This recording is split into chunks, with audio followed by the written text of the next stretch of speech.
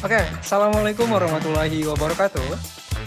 Waalaikumsalam Waalaikumsalam warahmatullahi wabarakatuh. Ya, selamat pagi semuanya. Pagi Bapak. Pagi, Pak.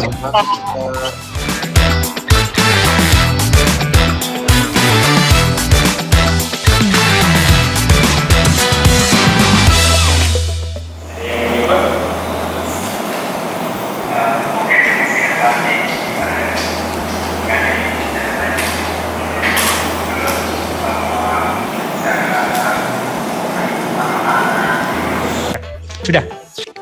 Berarti ini adalah materi yang kita bahas terkait masa praaksara.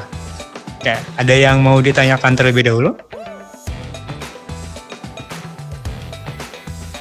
Baik itu terkait Paleolitikum, Mesolitikum, Neolitikum. Ada?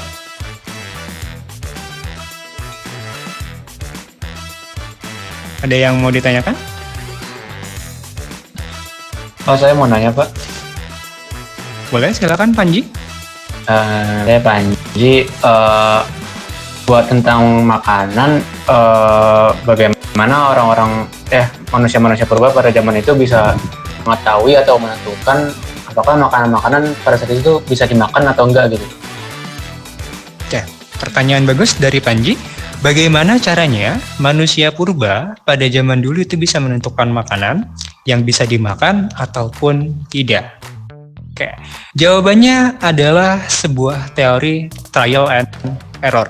Pernah dengar gak istilah itu? Mencoba, dengar, Pak. kemudian gagal, mencoba lagi, gagal lagi, sampai nanti menjadi sebuah keberhasilan.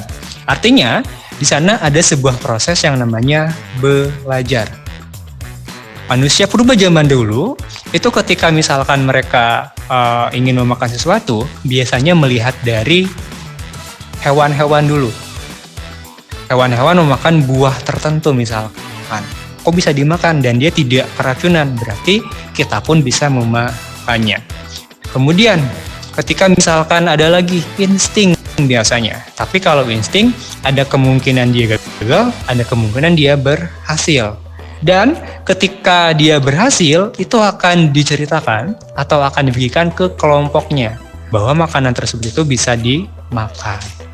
Atau misalkan apel bisa dimakan, berarti nanti disebarkan bahwa buah apel ini aman untuk dimakan. Seperti itu, ya. Nah, dan teori ini itu dibuat oleh ahli psikologi Amerika Serikat, Edward L. Thorndike. Jadi, dia mengatakan bahwa proses belajar dengan coba-coba disebut juga dengan trial and error. Nah, ketika hewan atau manusia memiliki keinginan atau menghadapi permasalahan, itu nanti ada stimulus, maka mereka akan melakukan sesuatu respon terhadap stimulus tersebut. Ini juga dapat kita kaitkan dengan bagaimana caranya manusia purba pada zaman dulu untuk menentukan makanan. Tuh, ya. Contohnya sekarang aja misalkan teman-teman nih, ketika survive di hutan, kemudian tidak tahu jenis makanan apa yang dapat dimakan, pastikan lihat dulu hewan-hewan di sana. Ketika hewan-hewan memakan daun atau buah tertentu dan mereka tidak keracunan, berarti kita bisa memakannya. Tapi ketika hewan-hewan tersebut, ketika ada buah banyak tapi tidak dimakan, kita harus tanda tanya. Berarti buah ini ada kemungkinan beracun. Seperti itu. Ya, oke, paham Panji? Paham, terima kasih Pak. Oke, ada lagi yang mau bertanya?